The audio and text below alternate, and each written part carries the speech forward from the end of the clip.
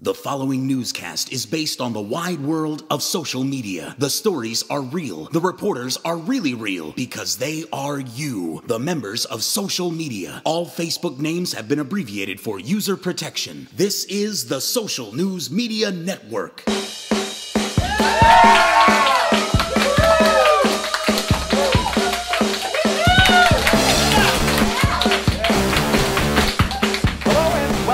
The SNM Network, the only weekly newscast reported by you, the wide world of social media. I'm Colin Cosell, and I approve this message.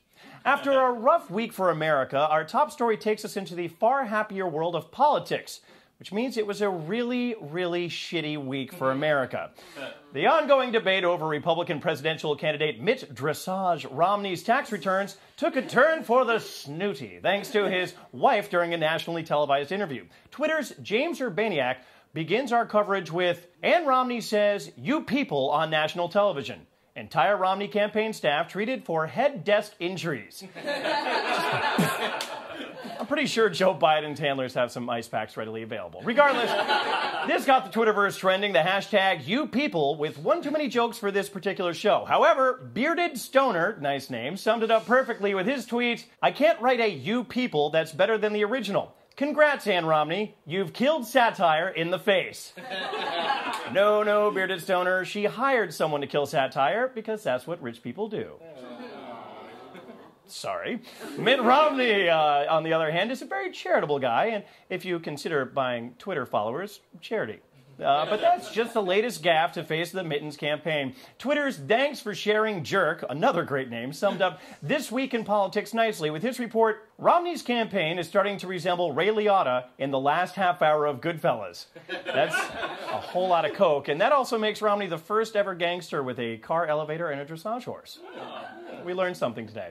Another political figure who needs a car elevator to get around, Rush Limbaugh, made news again this week for criticisms of the new Batman movie. Our coverage begins with reporter B. Hay, who tweets, "Rush Limbaugh thinks Batman villain Bane is a dig at Bain Capital. Apparently he's the only fat, opinionated white guy not into comic books." Rush would probably be more into comic books if the liberal media would just let those damn villains win. Witstream's Chris Regan continues with, "Limbaugh says Bane in new Batman picture is anti-Romney. Cites scene where Bane holds down Robin and cuts his hair." In fairness, though, Robin thought the result was fabulous. Reporter Chase Mitchell is confused by Rush's dislike of the character. In his report, "Rush Limbaugh, you should read up on Bane. He's an oversized drug addict who's got anger issues and has been popular since the 90s. You'd love him." We actually think that's an unfair comparison for Bane. Michelle Bachmann made the news this week for a comic book style plotline as she alleged a connection between the Muslim Brotherhood and Huma Abedin, a Muslim aide to Secretary of State Hillary Clinton. Bachmann's evidence consisted of the fact that Abedin's grandfather once knew a guy who once rode in a car with someone who once saw someone say the word Muslim. Just replay that if you didn't get it. Or, as Twitter's Matthew W. Rossi reports, "Are we sure Michelle Bachmann has never unhinged her jaw and swallowed a baby? Can we be sure? Has anyone investigated?" It's a very good point, Matthew. I mean, we're just asking questions, right? Twitter correspondent Trey Ding Places follows up, we got great names this week, follows up with, "If crazy were people, Michelle Bachmann would be China." That's a quote from Ron Reagan. And we think that's another unfair comparison, this time to crazy people. The big entertainment story of the week was the opening of The Dark Knight Rises, and our Witstream Bureau shared some of their impressions with us. First up is Witstream's Stephen Amiri, who questioned the pace of the film in his report, "The movie comes to a screeching halt when Catwoman has to take a dump in a child's sandbox." John, can we've got that clip. Can we play that for everyone? No. We're not, okay, we're not going to play that clip for everyone. Well, Witstream's Dave Shump was able to get the scoop from the star of the movie himself as he posted, "Is that how I sound? That's not how I sound. That's Batman after seeing the new Batman movie." Don't act like you haven't done that at home. I didn't think you sounded strange. Did you, John? No, I don't. Okay, ladies and gentlemen, John does a good Batman. And while we're on the topic of things that sound strange, 72-year-old comedic actor Fred Willard was arrested this week for masturbating in a porn theater. I think we have some of that footage too, John. Can we show that? No. Okay, fine. It's a Cialis commercial. The internet rallied around Willard with the legendary Albert Brooks tweeting, "I love Fred Willard. He's a great guy. For his birthday, I'm getting him a den and a computer." Oddly enough, the people at YouPorn offered to donate one to Fred Willard. That is a fact. It is true. Look it up. Keeping it timely during election season, our friends at Indecision nailed it by asking, why isn't any politician applauding Fred Willard for supporting local businesses? That's a great question. And why isn't Willard supporting Willard? It's a Romney joke, trust me on it. All right, the confusion doesn't end there, as Congolia tweeted, "Sorry to hear that Fred Willard had a stroke while watching a movie. Hashtag thoughts and prayers." Had a stroke. I think that's a far better term than fretting off. In other news this week... Oh, come on. In other news this week, fast food giant Chick-Fil-A announced their long-awaited opinion against gay marriage, proclaiming that they are a business that operates on biblical principles. As Twitter's Nickadoo LA brilliantly puts it, to ensure their food is 100% pure, each Chick-fil-A chicken is personally baptized and hand-killed by Kirk Cameron. Maybe that's what made Jim Henson's company sever ties with Chick-fil-A, the Kirk Cameron thing? Was that it? Yes. And thank you, Batman.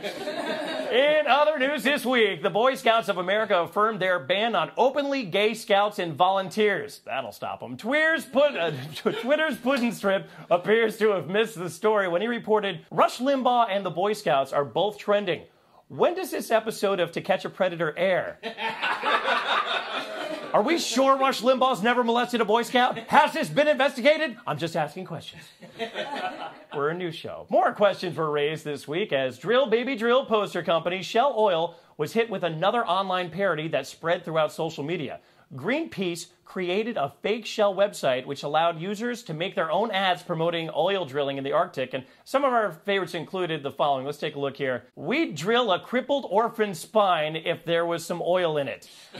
I don't think you know until you try. I'm sorry. And then we've got narwhals. You can't eat them, so who cares? I think they're tasty. They're like unicorns of the sea. And then our favorite, you can't run your SUV on cute. It's adorable. Well, Shell Oil took the parody website as a challenge and is reported to be working on a Hummer that runs on polar bear tears. So keep your eyes out for that. Speaking of Hummers, Kim Kardashian, nice segue, made internet news this week when she tweeted, "Keep your life in a positive perspective. We are not defined by our pasts." Seems harmless enough until her former boyfriend and sex tape co-star Ray J replied simply with LOL. Yes, we can applaud that. Looks like the past doesn't just define her, it also blatantly laughs at her fat ass in front of the whole Twitterverse. So, way to go, Ray J. With that in mind, we now turn to entertainment expert Ester Goldberg for our first ever live tweet. This one regarding some other Kardashian news. Let's say hello to Esther. Hello, Esther.